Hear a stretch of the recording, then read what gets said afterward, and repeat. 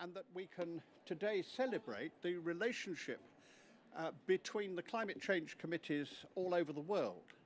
It is a remarkable fact that we have partners now in all the continents, and we feel very strongly that we've learned a great deal from each other already. Not least that what we have understood is the intimate connection between climate change adaptation and climate change mitigation. You can't work together without seeing how these two things run together constantly.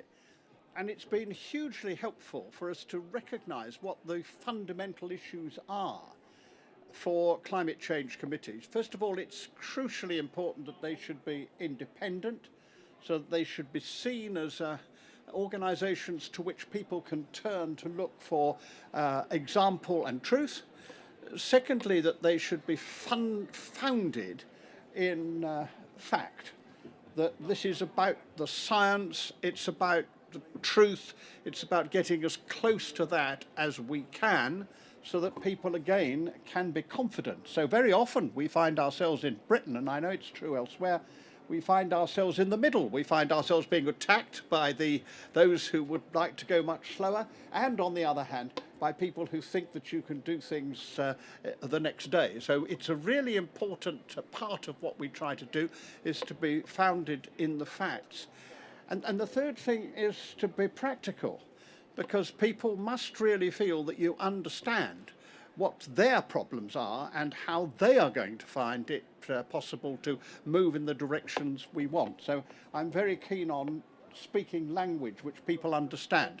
I always say I ban the expression kilowatt hour, because I don't know what it means, no one else knows what it means, and you can't hold it and feel it. You've got to use words which people understand if they're going to be brought in to what we're all trying to do. So we are hoping that others will join us. It is hugely valuable for us to have the kind of international understanding. And I just hope that everyone here who has a chance to say to governments is to say to the governments, you can benefit much more from having an independent climate change committee than you ever know, because then you can blame them. You can say very simply, well, I'm sorry, we have to do this, but we have to because the independent climate change committee has told us that that is what has to be done. And that is a hugely valuable thing if you're a minister in a government. Well, we do have one minister from a government here, and I am extremely pleased that we have a surprise guest, and I'd very much like to introduce Andreas Kurv, who is the Minister for not only science, technology, and the issues of thought, but also of knowledge. I've always wished to be a Minister for Knowledge. I think it's a wonderful title. So will you please welcome the Chilean Minister.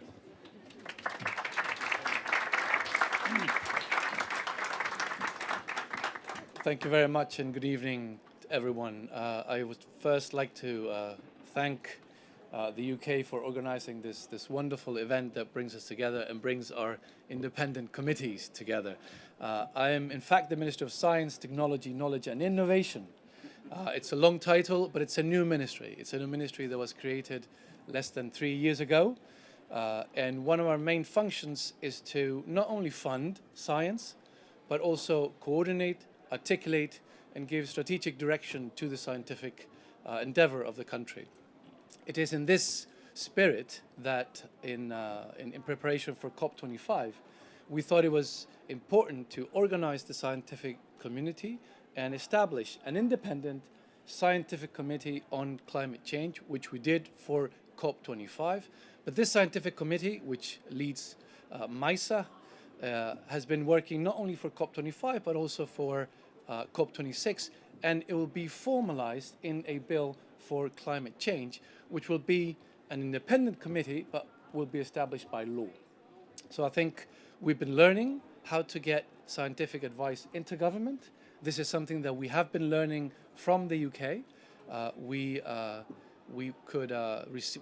received a document recently, which was called Scientific Advice in the UK, which is a very informative document, which shows how the UK organizes scientific advice into government. And this is one of the reasons why we established the committee. And I'm very happy that it worked for COP25, it worked for COP26, and I think it's a very good example, as you say, of how the scientific community should be organized. And I think it's a good example for other countries to find ways to organize scientific evidence and bring it into decision making. You were mentioning the requirement to bring adaptation and mitigation into the discussion. Well, it's also very important to bring evidence into politics. And that's not easy. That's a super difficult thing to do, to bring the best scientific evidence into decision making. And I think these committees really establish a path to do that. So I thank you very much for hosting this very important activity for us. I thank all the other committees. I hope that others, as you say, can be formed and join us in the future. And I thank Maisa. She's been working in the committee for almost 3 years, a lot of work. She gathered the evidence from more than 600 scientists in the country. This is a very significant number. We have 10,000 scientists in general, so 600 working for climate change and for the committee. I think it's a remarkable number. So thank you very much, Maisa. Thank you very much, the rest of the committees that are here with us today, and thank you very much to the UK for hosting this event. Good night. Well, now, before I ask Chris Stark to take over, I just want to say that there is a very short film. I ought to have said that at the beginning so that people who are watching this from outside could have got themselves organised, but it is now, and we're going to have a short film which just celebrates the coming together for the first time of our committees. And what they did, of course, was to produce a joint statement, a joint call on the governments to make COP26 a success. And I want to say that for me, this was a remarkable thing, because as a person who's been a minister for 16 years in various governments, I know how difficult it is to get people together to say something meaningful. And there's an awful lot of ease if you say nothing at all, but say it in a very great length. This is short, clear, and absolutely direct.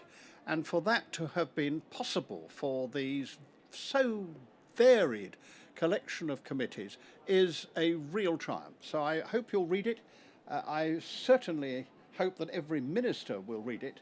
And if they only listen to that, COP26 would be a resounding success. Now, I've spoken for long enough for people to tune round so that they can see the film, and here it comes. And after that, Chris Stark will take over.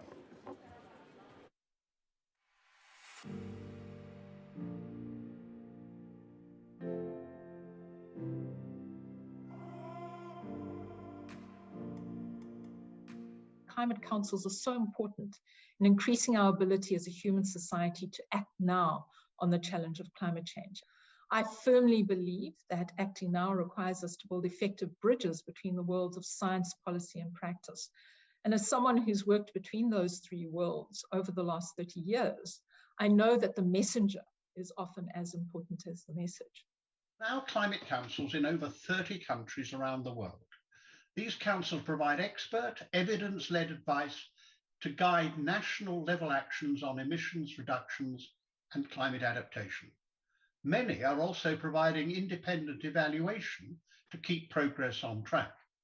South Africa's president set up the Climate Commission in South Africa in order to map out a vision of where we want to be in 2050, net zero and climate resilient, and to plan the detailed pathways to get there. Our role is to help government, business, and the community address one of the biggest challenges the world has ever faced.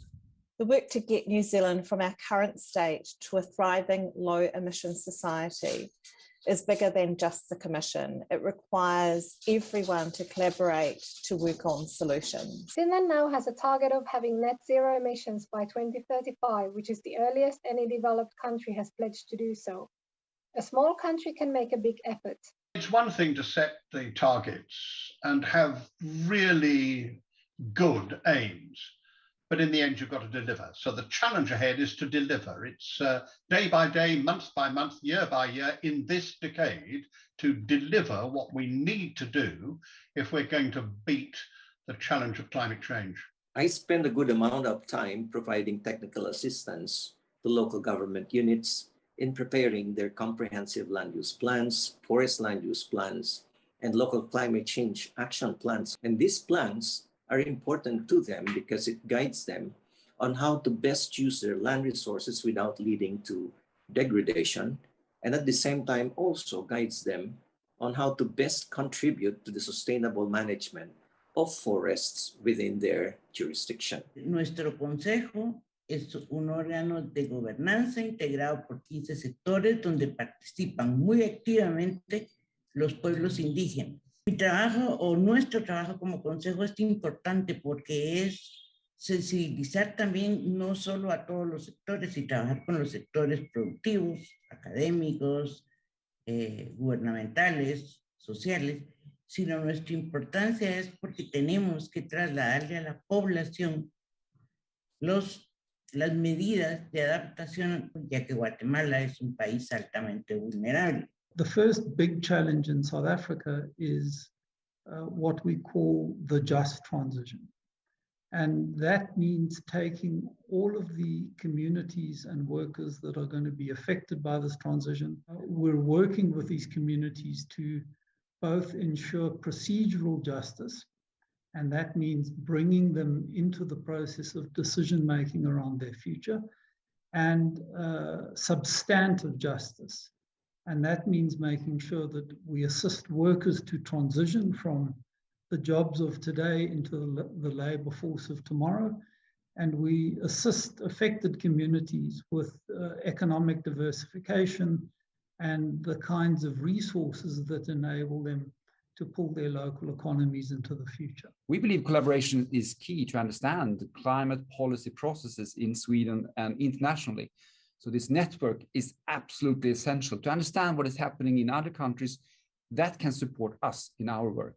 The better we coordinate and know what is going on in other countries, the better recommendations we can give. Of course, none of us have got the perfect answer. Collaboration is what will make success, and we must never think we can do this alone. Our council can be described in 3 words: expert, independent, scientific. Multidisciplinary, resilient, inclusive, collaborative, interdisciplinary and research-based, rigorous, de gobernanza, science to policy competence, capacitación a la población. We work as a watchdog and advisor. independent, Independent. independent, independent, independent, And independent. In COP26, we wish for the messages of the IPCC to guide the strengthening of NDCs and for science-based policy advice to spread across the world. We are now at a defining moment where ambitions worldwide must be raised and commitments across mitigation, adaptation, collaboration, and finance all delivered. As climate councils, we come together in this moment to collaborate, learn, and support each other so that we can better carry out our work to ensure that the evidence is heard and applied.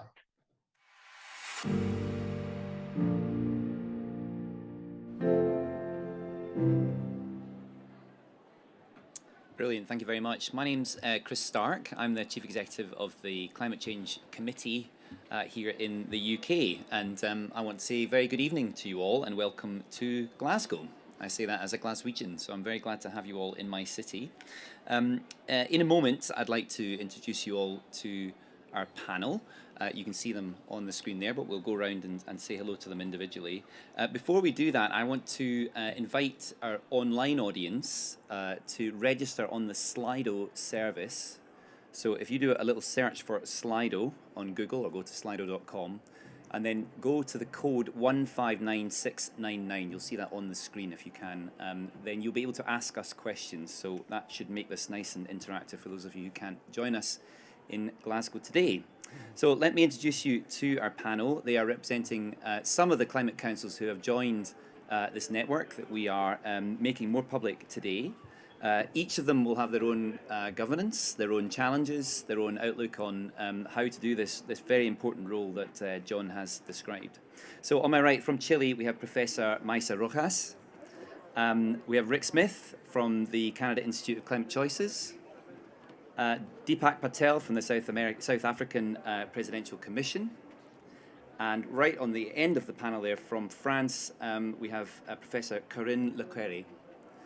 Welcome, all of you. I am delighted that you are able to join us today. I want to first start with you, if I could, Maisa. Perhaps you could just tell us a bit about the Chile Council and reflect maybe how you, as a climate scientist, are approaching the job of bringing that kind of independent rigour, especially to the climate policy question, which of course is the great leap, isn't it, from science to policy?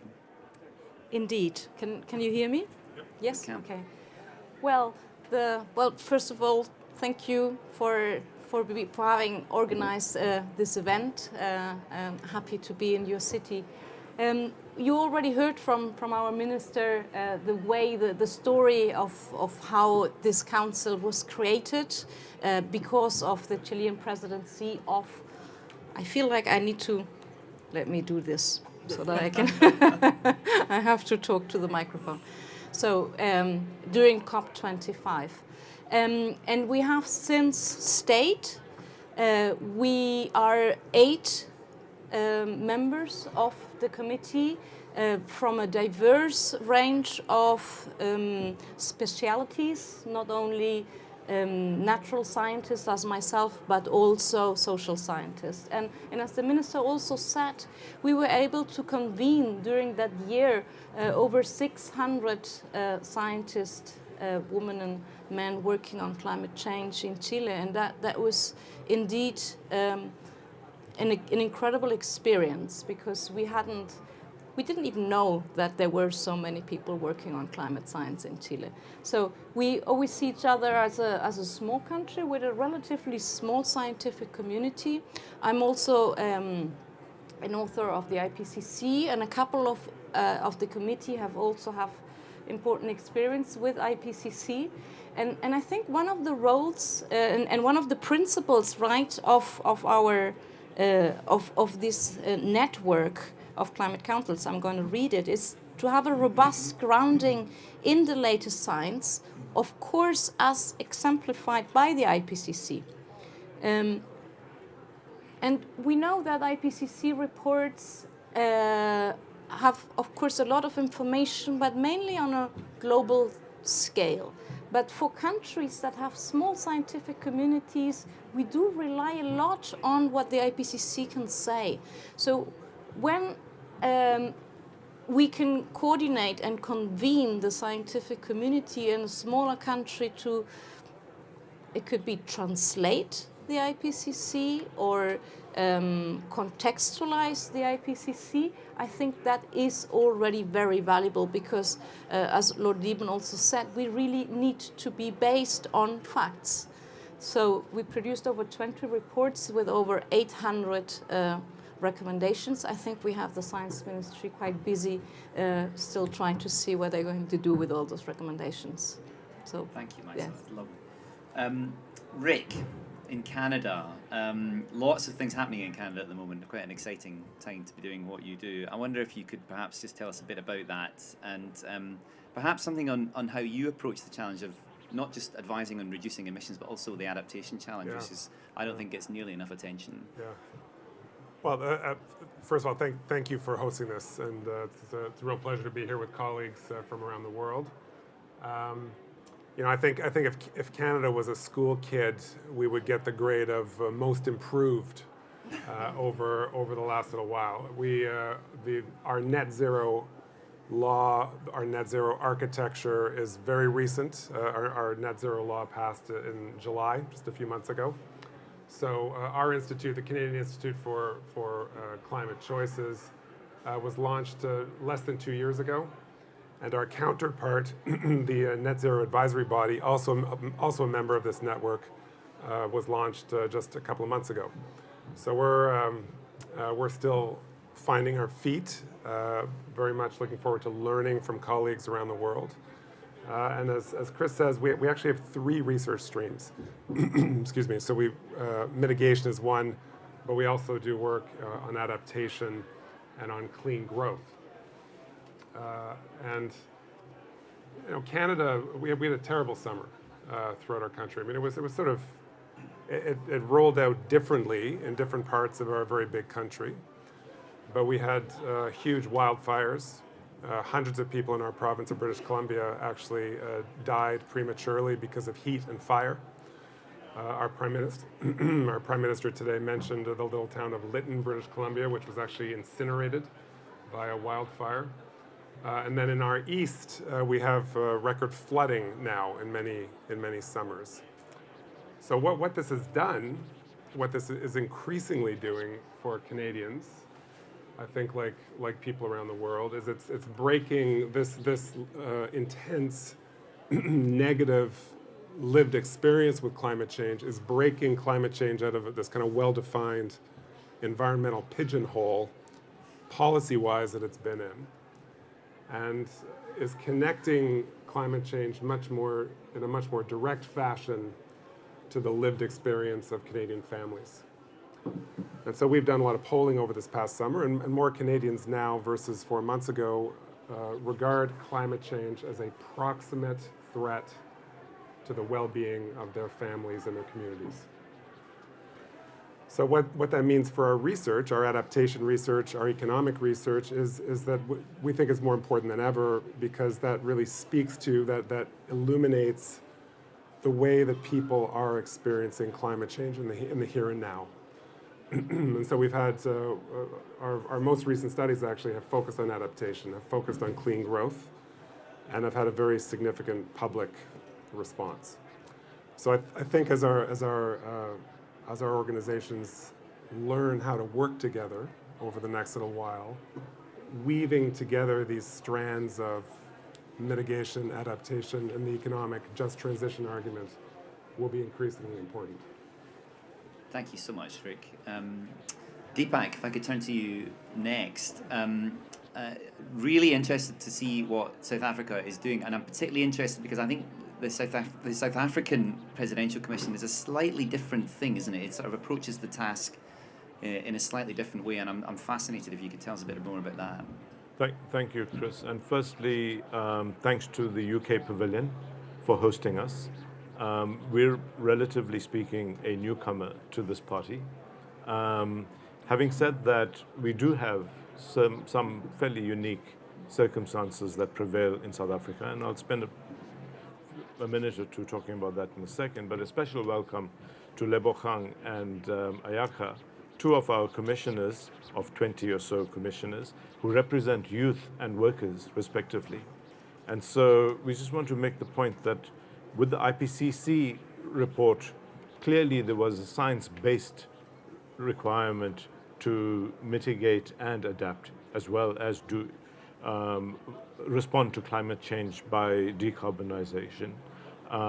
Early on, our Climate Commission, appointed by the President, still a commission, by the way, chaired by the President, was given the mandate of doing a couple of things. And that presidential mandate, number 1, independent advice. Number 2, a reliance on scientific and objective truth rather than irrationality. But number 3, given South Africa's peculiar and very special circumstances, to ensure that while our industrial and socio-economic complex is in fact coal-based in large part, that any transition through a process of decarbonization needed to carry the bulk of our society with us, number 1. But number 2, we needed to find pathways, both mitigation and adaptation, that were economically viable and did not in any kind of way thwart the development process of both our people and our economy. And so we ingrained in our approach to transition at a very fundamental and principled level this need to ensure that all of society gets carried with us as we make a commitment to a net zero future to 2050. Is the Presidential Commission taken seriously? We would say yes, because very early on, even prior to our current NDC offering that has been tabled at the UNFCCC. It was the Presidential Commission that, in fact, through a very coherent and scientific process, made an argument that we needed to find pathways through mitigation, through adaptation, but importantly, through ensuring that the developed world also comes to the party as it relates to the contribution that it needs to make given the promises that were made in 2015, 2016 in the Paris Agreement. And so I think I am mandated by our chair to make what I would regard as a developmental or a developing country political statement of climate. And that is, we're at COP26 to ensure that the developed world comes to the party, so to speak, and allows for in our case, an early decommissioning potentially of power stations. But secondly, if we are to move towards greener and in particular renewable sources of energy, then the developed world must also understand that we in fact are leaving, in this case, endowments that we are naturally endowed with in the ground, and that for that to happen, some economic contribution has to be made. Finally, I want to say that our Commission is absolutely committed to ensuring, as our Executive Director said, both procedural as well as real justice in the course of transitioning, and that means workers, communities, and in particular small and medium-sized enterprises which have become reliant on a fossil fuel value chain to be also assisted to transition to green and renewable value chains. Finally, I want to make the point, I know I might have taken longer than you wanted me to, is that the Commission will find its statutory power through a climate change bill, which has now been passed by the Cabinet and is making its way through the parliamentary process. So in fact, there'll be legislation that not only commits to our nationally determined contributions that we are tabling, but in fact creates both an independent voice for the Presidential Climate Commission to be both scientific and just in its approach to giving advice. Thank you so much, Deepak. And a personal reflection on that, because something that I think have come late to in the UK is this challenge of bringing people with you on the transition and the need to advise on that as well. And I think it's fabulous that you have that properly represented in the way that you've been set up. Corinne, at the end there, you have this fascinating mandate in France, not quite the same as what we've heard about tonight. I wonder if you tell us a bit about what's been happening in France. Maybe you'd like to offer your very unique perspective on not just France, but also the UK, because of course you sit on the UK committee too. So, Corinne. Yeah, thanks, Chris. Mesdames, Messieurs, bonsoir. Just a few words on the French High Council on Climate. So it's 3 years in the making. It was really precipitated by the Yellow Jacket movement in France, which is a social protest that was sparked by the hike in carbon tax that itself was there to tackle climate change. So it was a very specific moment, and it was not easy at the time to bring together an expert group. There was a lot of skepticism of what it would bring and what it would change, and not much information on how it would work really effectively. And the publication of the first progress report of the High Council on Climate occurred during the earliest heat wave that France saw, a heat wave in June. And on the day that temperatures reached almost 46 degrees Celsius in the south of France, the first report hit the ground, a very chaotic moment. And the progress report helpfully said that France's goal of reaching net zero by 2050 was an appropriate goal, is an appropriate goal for France at this time, because it includes all greenhouse gases, but it does not include the full responsibility of France, who needs also to work with other countries to tackle emissions from international exchanges. And the report also said that what France needed to do was to focus its attention on delivery. on planning its trajectory to net zero, on financing it, on anticipating the consequence for jobs, for people, and on developing adaptation practices. So the voice of the High Council on Climate, I think it's fair to say that it has framed the debate on climate change in France in the past 3 years on focusing the minds on delivery. It's been extremely helpful. We were able to do this because we had a clear mandate from governments to assess government actions in a fully independent way. An independent assessment provides trust, it provides transparency in the process of delivering ambitious action. The mandate also includes the provision of evidence-led advice to guide government actions, and we have already, through the IPCC, as Maisa was saying, a lot of information on what needs to be done to tackle climate change. But what the IPCC does not do is to say what should France do, what should the UK do, what should South Africa do, and each individual country, given their starting points, their capacity, and their historical responsibility. That's the role of climate councils, to start from the reality today. In France, the Yellow Jacket, the Citizens' Convention, its very unique electricity mix and the specificity of the French people, and to provide advice based on evidence to make it work in that context. I have the privilege to sit on both the UK and the French Climate Council, and through this parallel work, I can see that their starting points and their ecosystems of actors and the way they respond to advice is very different.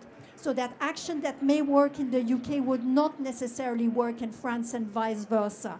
However, the principle of having a mandate to assess action and to provide evidence-based advice, that's proven to be very powerful and pretty much universal across councils.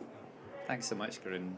And I can tell you from experience that Corinne often brings that kind of outlook to it. And actually, that kind of this wouldn't happen in France. Is a sort of discussion that we often have. Now, I can turn to some questions now, and I'm happy to say that Slido is working, so we can ask some questions that our online audience would like to ask of the panel.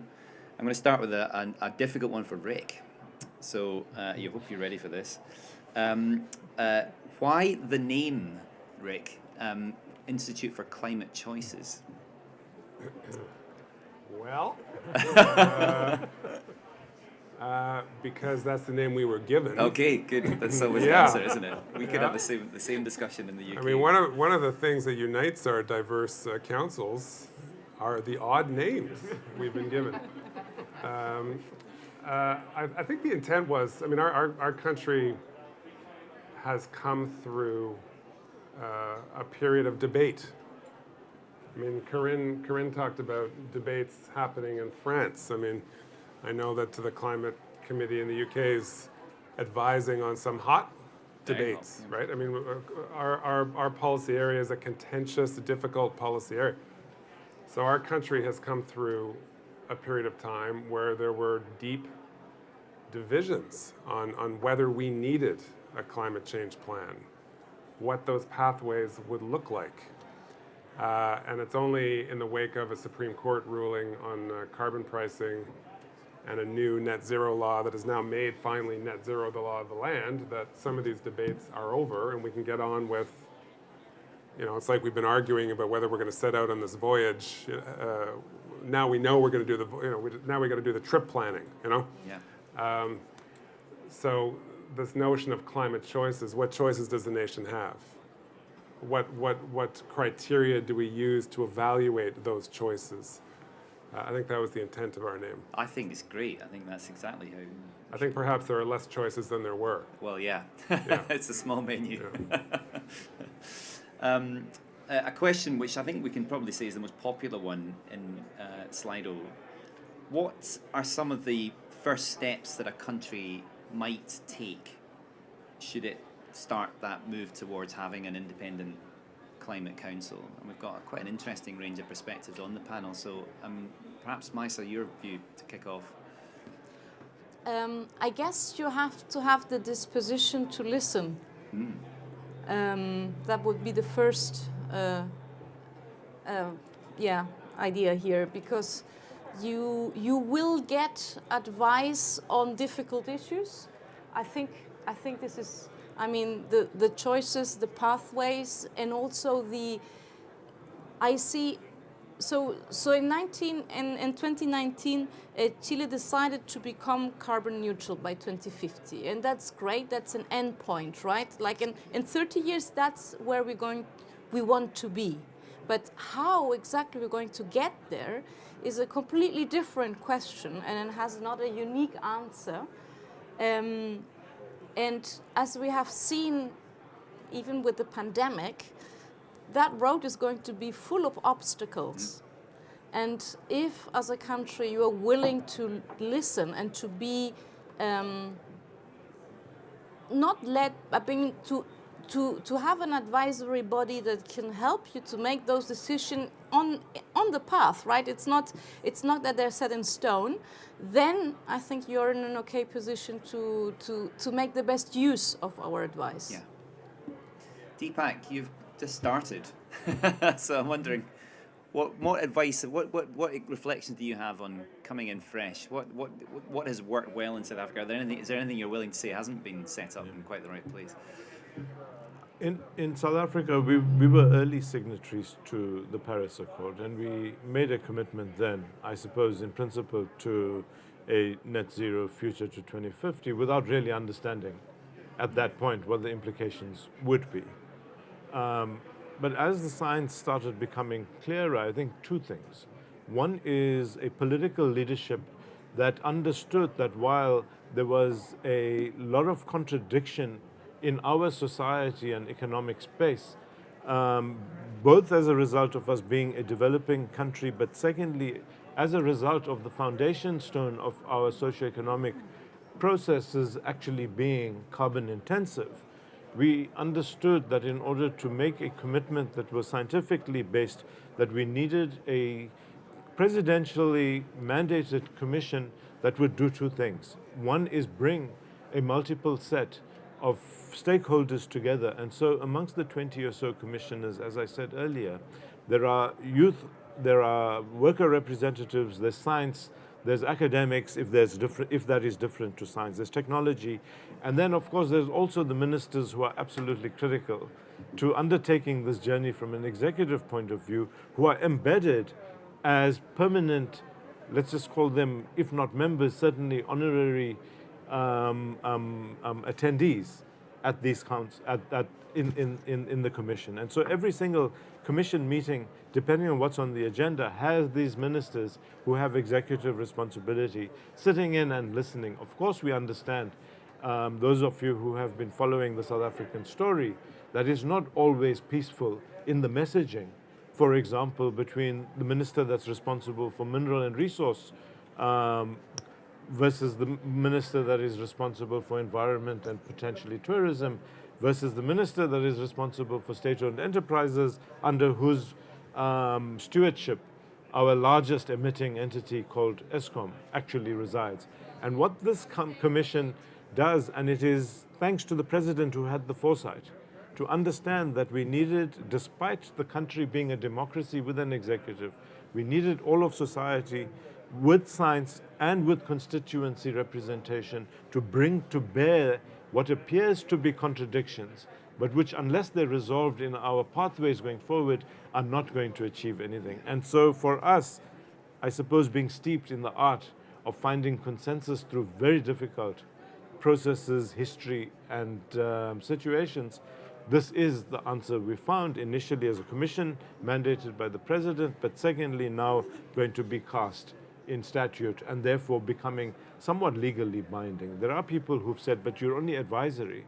And the proof of the pudding has been in the advice that we gave in the form of our second nationally determined contribution. The difficult thing is, if we are to meet the lower band of aspiring to make a contribution to no more than 1.5 degrees Celsius rise, and we've banded it 2025, 2030, so now it's progressive. We're beginning to develop now the pathways, both in science, as well as technology, as well as industrial development, and then finally across the spectrum of our societal stakeholders, to undertake that journey. Brilliant. Thank you, Deepak. Now, are there any questions in the room? I should turn to the room. If there are any questions, do let me know. There's one over here, and we haven't got a roving mic, so I'll just, if you could ask the question, I'll repeat it for the audience. Finnish Innovation Fund, Sitra, having looked at all these different diverse experiences from different countries, what can you tell about how to make sure that the policymakers actually listen to your good advice? Are there any tips to others? Well, that's wonderful. So the question was, how do we make sure that the policymakers in government actually listen to this advice? And I have to say that was one of the questions that was pitched to us in Slido as well. I'll pitch that one slightly differently. How do we work with governments not just to do that, but also to hold them to account? So perhaps I'll get some reflections from everyone on the panel. We'll make this the final question because we have 5 minutes left. We'll start with you, Corinne. Yeah, certainly understanding questions, understanding their perspectives. So although the bodies are independent bodies, you can still have dialogues ahead of time to make sure that your advice, in fact, is operationable at the end of the day. Deepak? In our case, I think we've already created a culture of having voices in the Commission. For now, at least, having the Commission chaired by the President, which then means we've got an advisory role, but also the built-in linkages to make an impact on executive decision-making. If it is going to be independent to the point where it can potentially not be taken seriously at all, that's the other side of the coin, where you could render yourself actually wholly independent but meaningless in practice. Very true, very true. Rick? One of the things we've tried to do in our work planning, knowing that climate change is a contentious area, is a complicated area, we've tried to ensure that the process we undertake to put a report plan together, to write that report and then to launch it into the world, that the process we undertake is part of the product at the end of the day. So we spend an enormous amount of time on the front end of a report, talking to various stakeholder groups, we have a federal system. And so much of the responsibility for climate change legislation and policy resides at a provincial level, at a territorial level, and increasingly at the level of indigenous governments. So we spend an enormous amount of time at the front end of the process trying to harvest the best ideas, bake that into the process. You know, we launch the thing, then we do a hell of a lot of briefings after the fact. We do a national roadshow.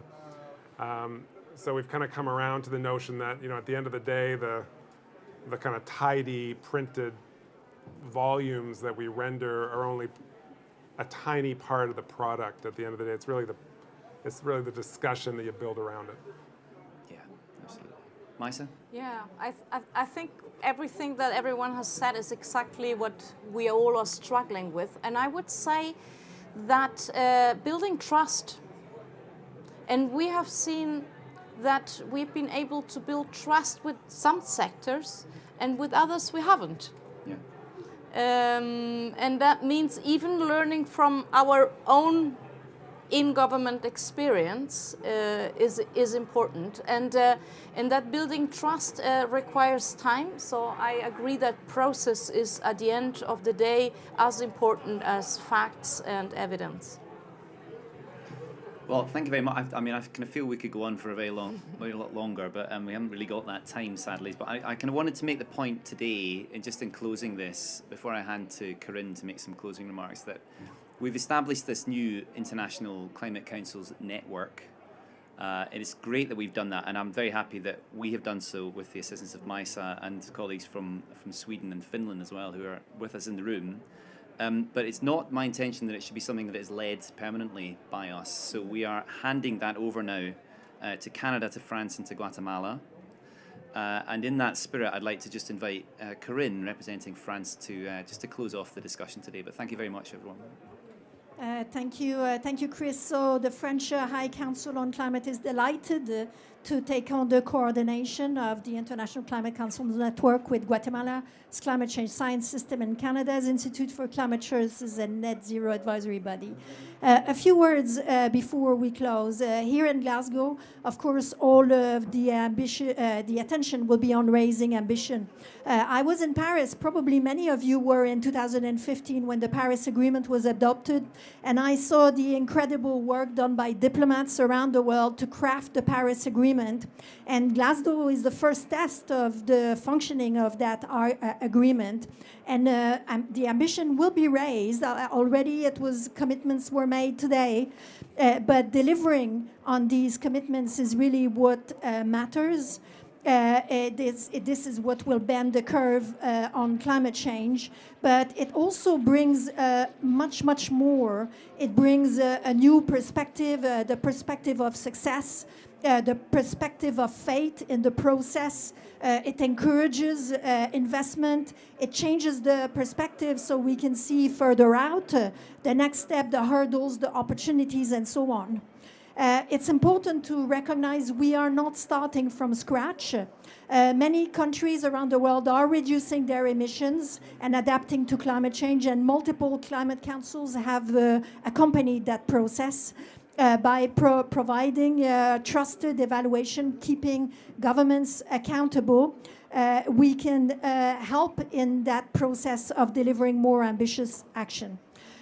Collaboration is a key to accelerate progress. Many countries have started to tackle climate change, but they need to accelerate action. That's true in the UK, it's true in France. And the actions now need to penetrate across society. And by sharing experience across council, the advice can be better informed, richer, more timely. We can share experience on difficult questions like how to ensure a fair transition, how to cost actions versus cost of inaction, how to assess progress on adaptation.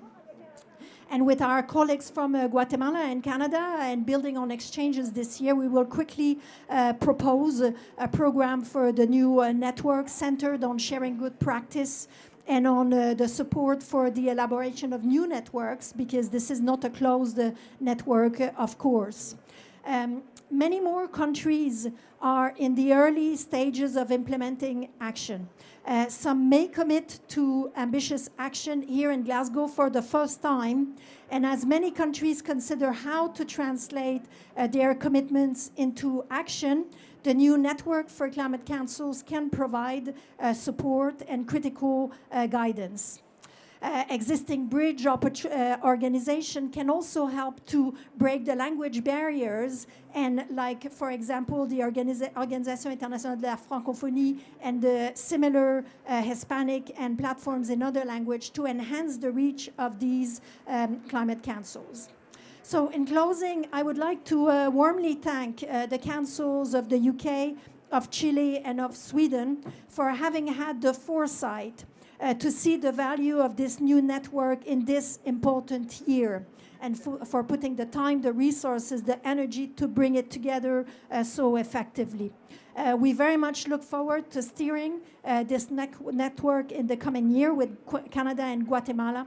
And I would now like to thank the audience, you, both here in person and virtually, for attending, and close this session for today. Thank you very much. Thank you very much.